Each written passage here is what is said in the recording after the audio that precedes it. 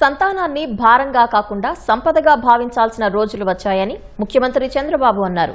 మూడో బిడ్డకు 30,000, నాలుగో బిడ్డకు 40,000 రూపాయల ప్రోత్సాహకం అందించే దిశగా ఆలోచిస్తున్నట్లు చెప్పారు. దేవుడు కరుణిస్తే తల్లికి వందనం కింద ఇచ్చే సొమ్మును పెంచుతామని సీఎం చెప్పారు. ఒకప్పుడు కుటుంబ నియంత్రణ కోసం నేను పనిచేశాను. ఈ రోజు మళ్ళీ పిల్లలి సంపద, పిల్లల కోసం మనం అందరం కూడా కృషి చేయాల్సిన అవసరం వచ్చిందని మీ అందరికీ తెలియజేస్తున్నా. అందుకని నేను ఇంకొక నిర్ణయం కూడా చేసుకుని నెలలో వస్తున్నా మీ దగ్గరికి. మూడో చైల్డ్ కి 30,000 రూపాయలు పుట్టిన వెంటనే ఇస్తాం. నాలుగో చైల్డ్ కి 40,000 రూపాయలు ఇస్తాం. ఏంటి ఇది కరెక్ట్ అయిన నిర్ణయం అని మిమ్మల్ని అడుగుతున్నా.